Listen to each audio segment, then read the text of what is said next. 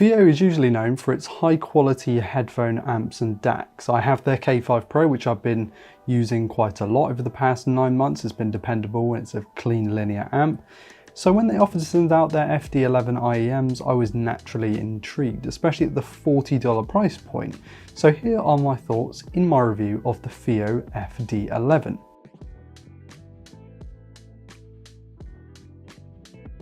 Hey guys, I'm Ryan Thomas. Big thanks to Fiio for sending these IEMs to me.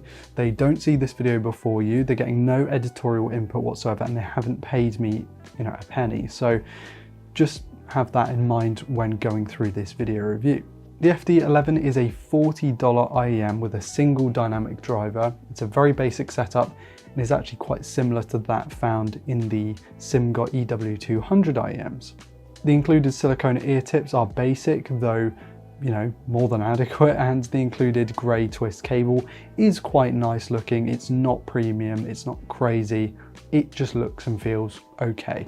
No case included, which at this price point is kind of to be expected, though the SIMGOTs do have a nicer cable, and I would say, given that it has a case, probably a better overall package, but these do have their bonuses, which we'll talk about in the sound quality section. The FD11 shells are metal, making them cold to the touch when you first pick them up. Again, I really like that feeling, but some people don't. The main issue with the shells, the nozzle length is average, it starts to look like a pretty good picture, but the main issue with them is that for some reason, they're really circular, they're really rounded, they're almost like little spheres, they're metal, they're very, very slippery. So when you put them in your ear, when you actually go to put them in, they can slip out, and there's a whole thing with it. For some reason it's just difficult to insert them in your ear. Once they're in there, they're more than comfortable, simply because they're very small, they don't stick out very far, the cable hook is pretty decent.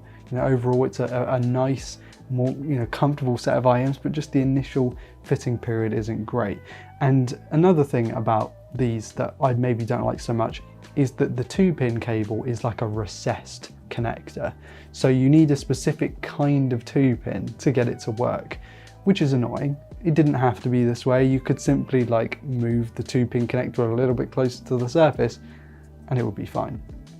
I've listened to these for hours at a time. My standard listening amount is about 5-6 hours maybe, and there's no fatigue with the physicality of the shell, but also not because of the sound. The FD11's sound profile is warm. That means there's plenty of bass, there's a good amount of sparkle, enough to kind of set things apart and give you a bit of resolution. It's fairly pulled back though, and it's definitely not overbearing. These definitely aren't a particularly bright sounding set. Compared to the SIMGOTs, for example, these lean heavier into the bass and less so in the treble and upper mids compared to those. I listened to a fair amount of busy rock, and even in those tracks the FD11 provided clarity with not an overly fatiguing presentation. Nothing is sharp or harsh, the mids aren't crazy loud or anything, but clear enough. And I think that most people who are new to the hobby or are just getting into the audiophile space might like these because they sound like most high-end stuff sounds. The profile is very similar, if a little bit different in that the actual technicalities are different, but the overall presentation is quite similar to those of sort of a Sony setup or a JBL setup. If there's one drawback to the sound, the mids are a little bit recessed, but most IEMs or most headphones at this price point are, not compared to the SIMGOTs, but obviously that's a different beast entirely. The bass is very heavy, and if you press that true bass button on your Zendak V2 or a similar kind of thing, because these are dynamics, they pick up the qualities of the DAC more than other driver types do, and it just sounds aggressive. And the bass, the sub bass in particular, just sounds almost like you're being assaulted. I said that sort of with the SIMGOTs, but with these it's more so. It's just really in your face. So turn that off after 5 minutes and you're back to a still very nice bass experience. But it does bleed a little bit into the mids, which means that on those busier tracks, as I was talking about earlier, they don't sound harsh, which is good for longer periods of time. But they also can sound a little bit muddy sometimes. Now, I wouldn't say that the overall sound profile was muddy. You can still get details here and there, but there's sort of similarly to the SimGots in a way, just a thin layer of haze over the top of everything, so that, you know, you can pick up where stuff's coming from, because the soundstage is really good for the price. There's plenty of depth, plenty of width. It's definitely not like the best set you can buy, but it's above average. It is very good for $40.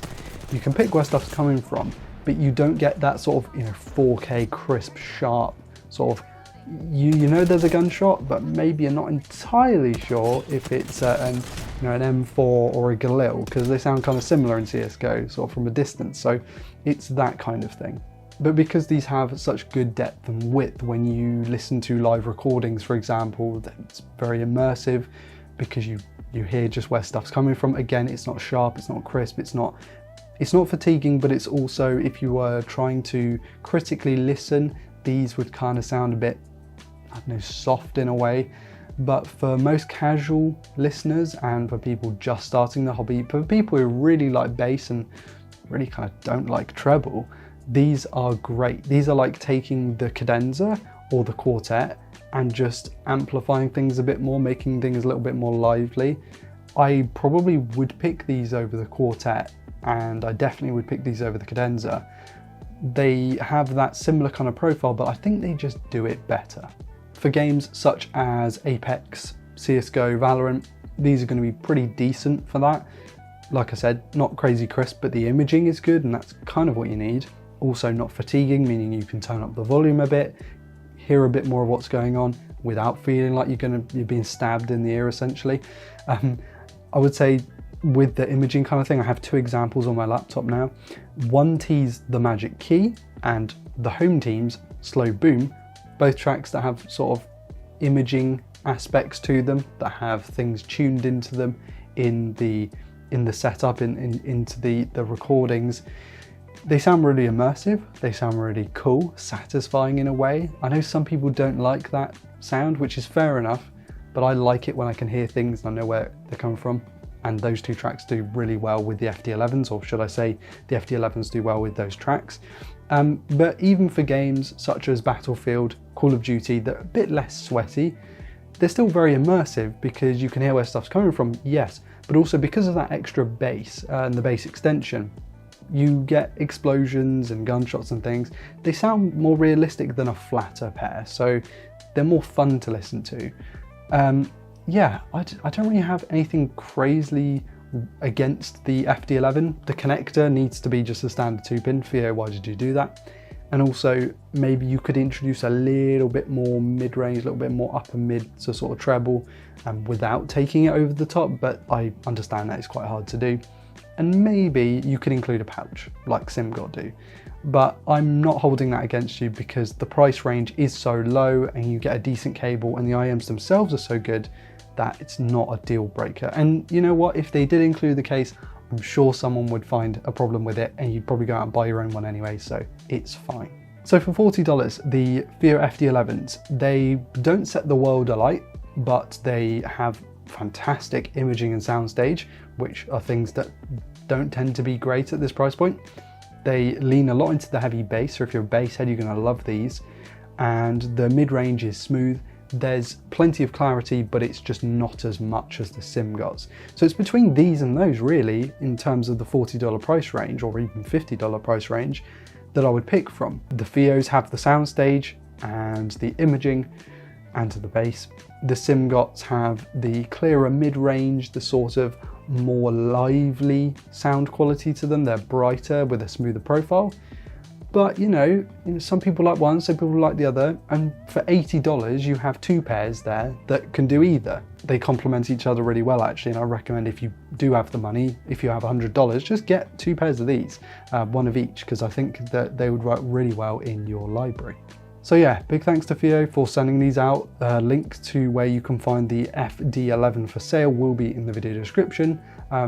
Their shipping is fairly quick, got here fairly quickly. Again, they haven't paid me to say nice things about them. I wasn't expecting to like them as much as I did. And it looks from, after writing this review, I checked out other reviews just to see what was going on. And people found largely the same thing as me, especially about the soundstage, which is quite cool. So yeah, thanks to you for watching. Thanks to Fiio for sending them out. And thanks to my patrons for being continually supportive. Like, comment, and all that fun stuff. Links and all the details will be in the video description as always. I've been Ryan Thomas, and I'll catch you later. Cheers.